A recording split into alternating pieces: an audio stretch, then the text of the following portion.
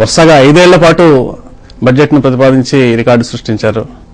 1,00,000 కోట్ల బడ్జెట్ దాటించిన ఘనత కూడా మీదే. ఈ రికార్డులన్నీ చూస్తే మీకేమనిపిస్తుంది? అంటే మామూలుగా రాష్ట్రంలో ఆదాయం పెరుగుతూ ఉంది. మేము కొత్తగా పన్నుల విధానాన్ని చేపట్టి కొత్త పన్నులు వేయటం కానీ, పాత పన్నుల్ని శాతం పెంచడం కానీ, అంటే ప్రజల మీద అధిక భారం వేయటం కానీ చేయకుండానే రిసోర్సెస్ మొబిలైజేషన్ బాగా ఉన్నది.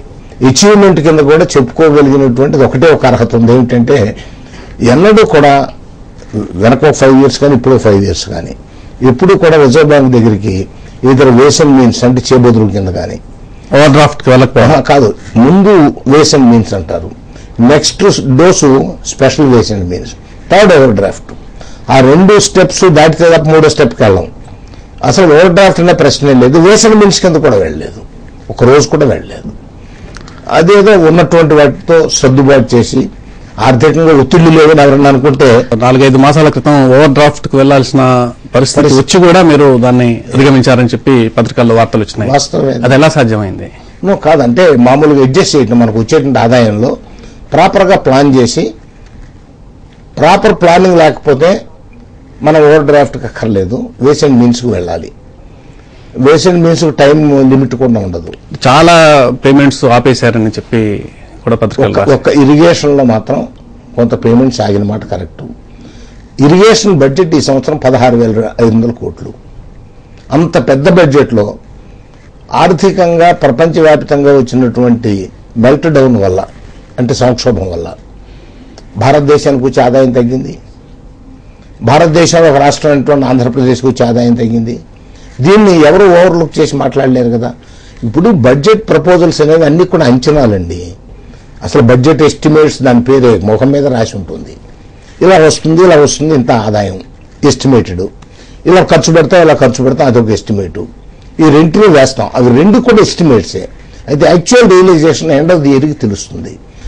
లాస్ట్ అంటే 2008-9లో మేము ఆశించిన మేరకు ఆదాయం రాలేదు, కొంత తగ్గింది.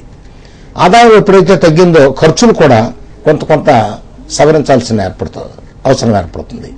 ఇవి అనివార్యమైనటువంటి మార్పులు. ఇది అంతర్జాతీయంగా తల ఎత్తినటువంటి ఆర్థిక సంక్షోభ ప్రభావాన్ని మనం గొడుగు పెట్టి ఆపలేము. To the best of our ability manage చేయడానికి ప్రయత్నిస్తున్నాం. గత 5 ఏళ్ల కాలంలో ప్రపంచ బ్యాంకు అనేది ఏ రోజు దృశ్యంలోకి రాలేదు. అంతకుముందు చంద్రబాబు నాయుడు హయాంలో ప్రపంచ బ్యాంక్ అనేది రోజు ఎజెండాలో ఉండేది, చర్చల్లో ఉండేది, విమర్శల పాలయ్యారు ఆయన. ఈ 5 ఏళ్ల కాలంలో ప్రపంచ బ్యాంకు అనే అంశాన్ని ఎజెండాలోకి రాకుండా ఎలా? ప్రపంచ బ్యాంకు మొట్టమొదట్లో గుర్తు చేస్తున్నాను. 2004లో మేము అధికారానికి రాగానే 7 hours ఫ్రీ పవర్ ఇస్తాను. ఇమీడియట్ వరల్డ్ బ్యాంక్ రియాక్షన్ ఏమిటంటే, ఆంధ్రప్రదేశ్ మేము సూచించిన విధంగా లేదు, మేము అభిలషించిన విధంగా ఆర్థిక సంస్కరణ అమలు జరగటం లేదు, వీళ్ళకి మేము loan ఇవ్వమన్నారు.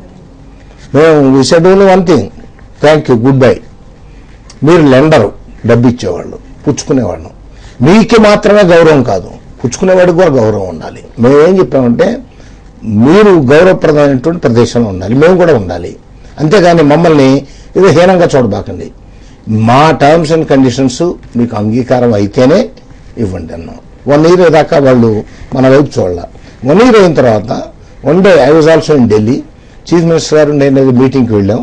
World bank Indian representative phone చేసి, నేను మీ దగ్గర బ్రేక్ఫాస్ట్కి వస్తానని వచ్చి కూర్చొని మాట్లాడుతూ మా ఇంప్రెషన్ మార్చుకున్నాం, మీకేమీ లెండింగ్ ఇవ్వకూడదు అనుకున్నాం, కానీ the way you are running things ఈ సాటిస్ఫాక్టరీ, మీకు ఏమైనా ప్రాజెక్ట్స్ ఉంటే ఇవ్వండి అని అన్నాం.